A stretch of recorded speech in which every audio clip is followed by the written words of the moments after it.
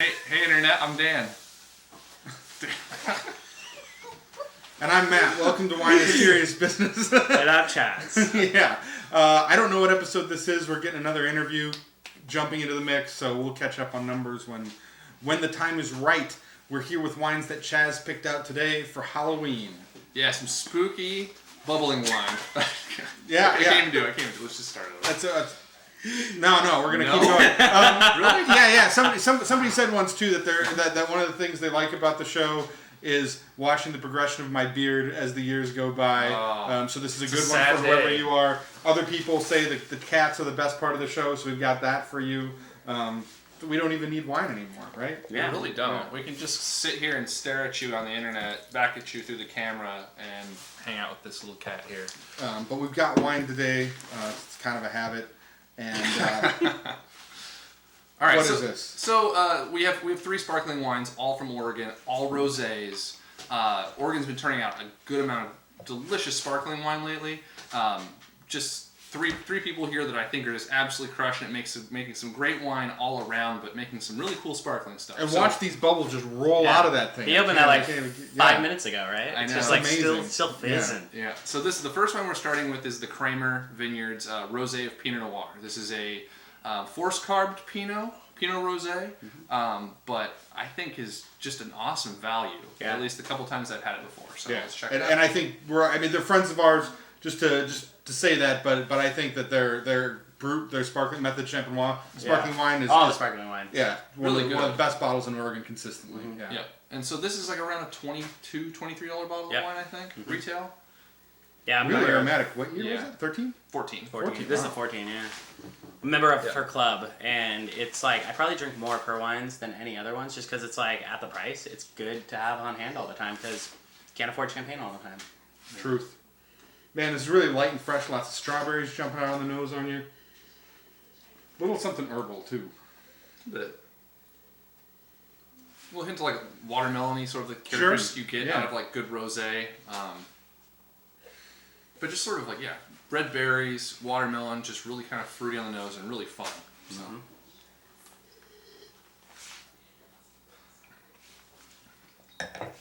It's good. It's just refreshing and delicious. Yeah, a little yeasty on the nose and palate, I think, a little bit too. I know she said that next year she's going to be trying to get more of that yeasty quality of like the kind of like cakey nose. Yeah, it is. That's what it is. She said next year it's going to be more. So she's doing like, I think she's leaving on the leaves a little bit longer. And like, is that what it is? Honestly, like I'm kind of down on that. When I see that in wines, it's not a big thing for me. I know it's not a flaw or whatever. Yeah. I'm glad to hear that other people at the table like that. I dig it. The cakey thing doesn't work as much. I love it. It's like the best part. Chaz, where are you on that? I go either way. All right. Shove a cake in your face. I really like all of it. The yeasty characteristics are appealing to me, but I like them when they're just like clean and focused as well. I mean, it's really all over. But this wine, just awesome sort of raspberry fruit, fresh raspberry fruit, some strawberries, a little bit of watermelon. And it just lingers. But it lingers. But the thing I love about it is like it's that rosé flavor, but it's picked up a notch by the bubbles, right? Mm-hmm.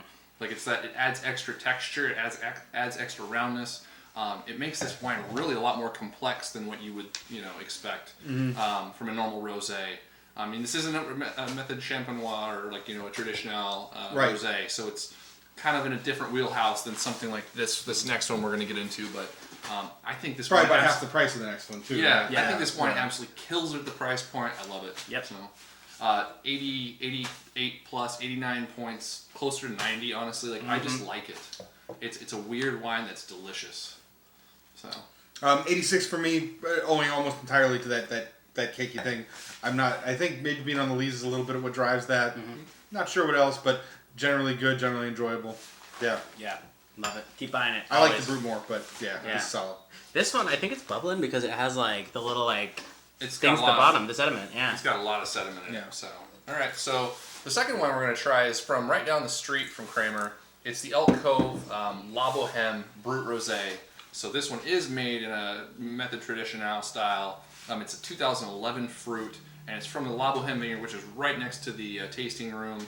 A beautiful vineyard site that I think is their best vineyard site in my opinion of all their wines. And it's cool because these two wines are coming from I don't know are they a mile down the even a road from mile each other or apart, something? Yeah, they're like basically across the street from each other. Yeah, like really close. So that's definitely some fun trivia. Yeah. Wine number 3 is much more than a mile away from these two. Yes. Yeah, it's a little further away. So I figured we do these two side by side. Yeah.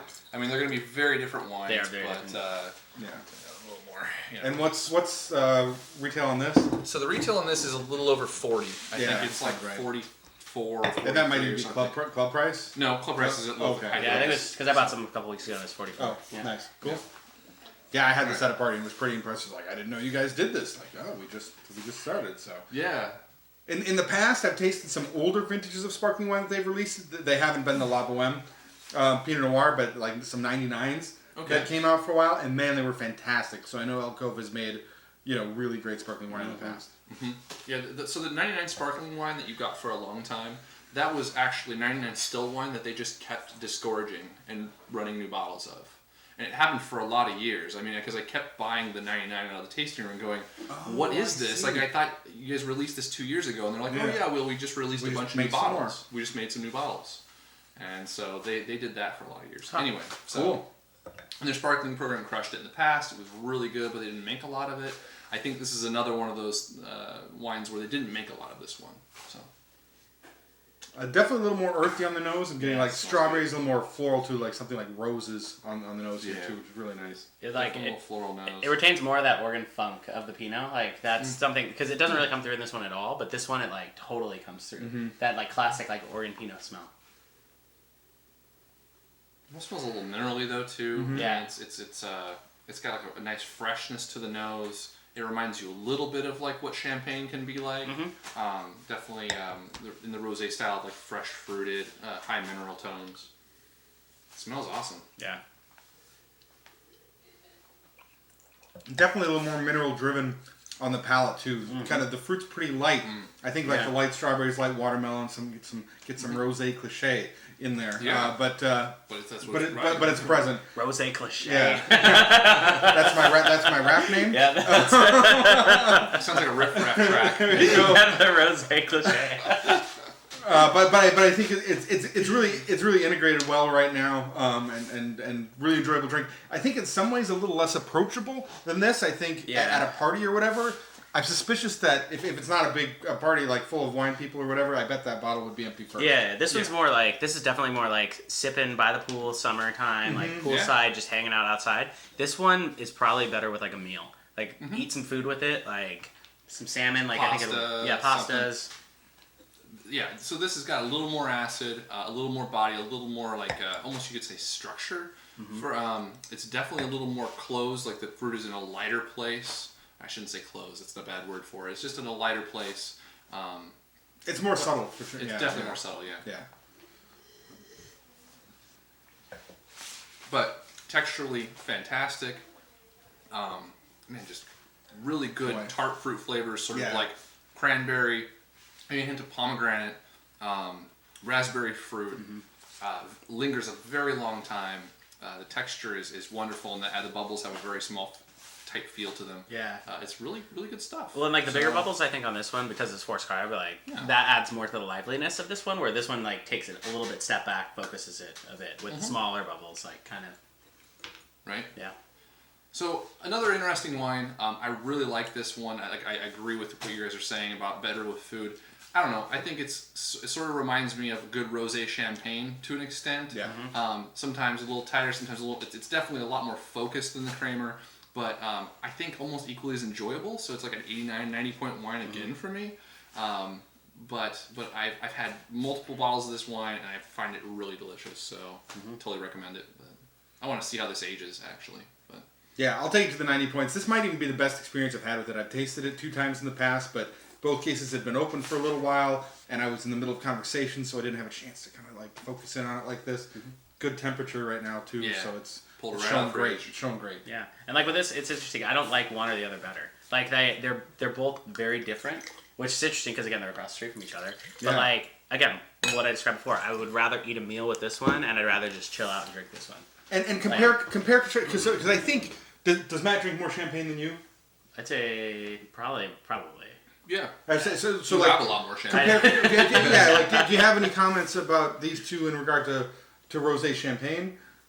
Yeah, I think. Well, so that's the thing is, rosé champagne is also vastly different than they're all vastly different, right? There's no like prototypical one. Like if you think about some of the Chauvet stuff, like a lot of the grower stuff, the rosés, they're very like yeasty, just like literally throwing like a piece of cake just all in your face, right? Like at a wedding. That's exactly what they are like to me. And then they have that like sort of strawberry thing going on at the same time. Sure. It's almost like a combination of these two going on. But then you have the more focused champagnes that are just like very dialed, like can be like austere at first, but then they start to mellow out over time. Like sort of, I'm thinking like the Ruinarts or even the Dom Rosés of the world, right? Okay. So they're it's just so vastly different. So. All right. So for our third wine, we got a really weird one. Oh man, that's already weird on the rinse. this is changing it up quite a bit. So this is the Petillant. I lost the front of the label. Petillant, I think. The Petillant. Thank you. Yeah, so it's Pet Nat in American English, right? Because we like to abbreviate things we don't know how to pronounce. Yep. Petillant Naturel Pinot Noir from 2014 from Johan. So this is it's a very strange, unfermented, naturally effervescent wine that is on the lees. So you can either shake it up or don't. We did not shake it up, which is kind of funny because it just sat here and bubbled the entire time for this show. But I've had this wine a couple of times. I wanted to share it with you guys on the show. It's a fun wine. It's cool stuff. Demeter certified, right? So Johan Vineyards, way down south in the Willamette Valley, just west of Salem, right in the middle of the Van Duzer corridor.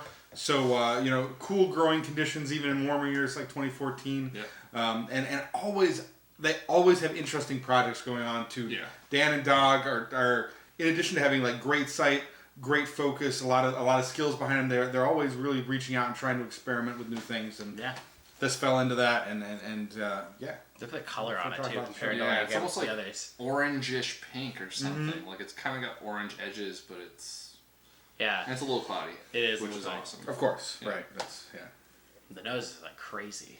Yeah, and coming from this, like I didn't pick this up the last couple times I've had it, but coming from the other two wines, it almost smells a little bit like sour beer. Yeah, and it's got like a little bit of those like lees tones, or like yeasty sort of tones. Well, and you get like a cherry vanilla, not like vanilla from oak, right? Yep. It's like the vanilla from the lees. Like I've seen this in even Rieslings that were left on the lees before, where it's like it's a different type of vanilla. It's not like the vanilla that oak gives. Right. So I don't know what the difference is. Yeah. It has like sort of a rich aroma to it at the same time. Like it's dark cherries. Yeah, dark cherries. little floral touch to it. Agreed. Like this reminds me more of like Pinot Noir, like the actual wine, as opposed to like a rosé or something. Mm-hmm. And also a little more forward fruit than this one. I'd say it's probably between the two as far on the nose, like the fruity character. Right. Sorry, I keep totally drinking before you guys, but whatever. That's fine. But this smells cool. Like it's a different wine. Like it's definitely completely a shift of gears from the other. Well, I mean, these two were also a shift of gears between the two. Definitely. Each other. And this is another completely different. That just tastes like Pinot Noir. That's crazy. It's interesting because one thing. Cherry fruit, a little bit pitty, a little bit stemmy. Yeah. I mean, it just reminds me of Pinot. Like it's like a rosé. It's a rosé, but at the same time, it reminds me just of like Pinot Noir. But a dark rosé too, rosé, right? Yeah. It's like on the edge of a light year Pinot Noir. The interesting thing about this is that have you guys ever had much sparkling Gamay? No. It's very similar to that. Oh, interesting. I can see it. Like it has that like. Again, it's interesting. It tastes more like a Pinot, even more so than this one than I thought. And like, but it's a Gamay. It's very similar to that, and even sometimes like some Cremants, I think. So. Oh yeah. So it's definitely like dark cherry fruited. Mm-hmm. There's a little bit of an earthy tone to it. There's this like really nice sort of like creamy richness, and I'm not sure if it's coming from like the way it's produced, the sparkling wine, the sparkling part of it, or the leaves. I think it's the leaves. Yeah. Okay. But it's really definitely on the delicate side, right? It's not like a heavy. Not at all. Yeah. But I really like that texture and that sort of rich flavor in the mid palate. Yeah. Sort of doesn't linger terribly long. There's a good amount of acid. There's almost a little bit of like grip in the cheeks, but super super light. Mm-hmm. Acid's pretty mild, I think. Yeah. Yeah, very mild. But the bubbles are a really nice touch. They pair really good with the fruit flavors here. Like this is just a fun, delicious drink. And another one that I think is really reasonably priced. This was like another like $23 or $24 bottle of wine, and I think absolutely crushes at that price point. If you're looking for something good to drink with dinner, out on the porch, whatever, share with friends, geek out a little bit. This is just awesome. So. Yeah, and I think the Petillant wines can sometimes be a little weird too because they they get the fermentation going on in the bottle. Sometimes you can have problems with that. Yeah. And there's nothing like that going on here, right? This is definitely just like clean, fresh, engaging. Yeah. Totally The only thing that puts me off a little bit from this one compared to the other two, like I love it, don't get me wrong, but it does have like a little bit more heat, like the alcohol comes through on it. Really? In my opinion, like I get it at the back of the palate and it just kind of lingers. I'm guessing it's higher alcohol than these. I could be completely just talking out of my ass. I'm not tasting it for what that's it's worth. 12.5. 13%. This is 12.5. That's 12. Okay. So there it is. Yeah. So. Oh, that's nice to have. Yeah, so I get a little bit more of that at like in the back of the palate and then kind of in the chest afterwards, and so that's a little off-putting, but it's still delicious. Like I would drink the shit out of it. So. Oh, and we will. Yeah, we will be drinking after this while eating candy at the same time. Yeah. We have pizzas and Halloween candy, as you can guess. We got the sweet mustache going on here. This will not be here in the next show. I'm wearing this sweet outfit, my money medallion. It's Halloween, so we hope you guys all had a great Halloween. I'm not dressed up because I just flew 27 hours. Yeah, he gets a bye. I get a bye week. He cut his beard off, though. I cut the beard off, so I didn't, get randomly selected this time. So this is showing a little like being and maybe it's just the company that we've kept it in here, but it's like 87, 88 points to me. Like maybe even a little lower, like 86. But I still think it's wonderful good. bottle of wine. What's the price on this too? It's like $24 a bottle or something like that. Banging for that. It's just really good. So. And I like it because it's friendly, and if you're not a big wine nerd, you could enjoy it there. And then if you are a big wine nerd, the fact that it's a Petillant from a biodynamic vineyard in an unusual growing region in Oregon is super engaging, makes for a great story. So it's got a little something for everybody. 87 for me. I think very pleasant drinking. Not a ton of complexity to it, I don't think. No. But very enjoyable on every box you check. So yeah, solid stuff. Cool picks today. Thanks for bringing these out, Chaz. Well, I had all these in the just like it was collecting all these. I was like, this is a show, right? It definitely is. Yeah. Good call. Yeah. So question of the day I think is pretty obvious given the subject, the holiday, or the subject. Maybe I have a different question of the day. Matt, go for it. Yeah. All right, we should do two. So first off is what is the best sparkling wine you've had from a unexpected sparkling region? Okay, that counts. That's good. And let's even focus that more. Sparkling rosé. Yeah. Okay, I don't have an answer for that. I was gonna say that Mamacita that Day Wines Brianna Day makes. That's Southern Oregon Malvasia Bianca, and that is just freaking awesome. Yeah, like I've drank like 6 bottles of that shit now. Nice. Really good. Yeah. So, Southern Oregon. I don't really have a good answer for you, but I've got some shout outs. There have been a lot of great comments lately. I want to get in on that. Paul Willenberg, you've been tagging your friends to let them check out the cats. I really appreciate that. Introducing other people to the show. Kathy Reese giving us some technical data on the Willamette Valley Vineyards wine. That's great. That makes us smarter. That makes everybody who watches the show smarter. Thank you so much. That's really good stuff. John Moser keeping the good comments coming in. Thank you so much. Come back and see us. Lisa Hayworth, Hayworth, gave the shout out there. So thanks. Requesting daily drinkers under $10. It's a bit of a long shot for us, but we might do it because we love comments from new people. Let's do that show. We're gonna do that. I'm gonna find that show. Yeah. Yeah. Right. Amy Wolf, thanks for watching. Saying Chaz looked like that. What's that guy? You guys watch me check my phone. This is the worst television thing ever. Dimitri Martin, that somebody she said you look like Dimitri Martin, like that guy. No, my God. That's pretty good. That's got the bangs. Dennis Griswold, old school guy. You remember DS Gree from Oh. Yeah. Awesome. From Cellar Tracker. Yeah. Thanks for watching the show. He says he's been recommending us to other people in the forums. We've both been slackish. We haven't been on those forums for a while. I haven't been on there in a while. But I'm actually pretty flattered that you're still following the show and commented and recommending it. I really appreciate it. Thank you, Dennis. And John Groschow coming in with more technical details, telling us what vineyards he uses in the Commuter Cuvée. The comments just keep getting better and better. If you're not following us on Facebook, getting in on those comments, you're missing out.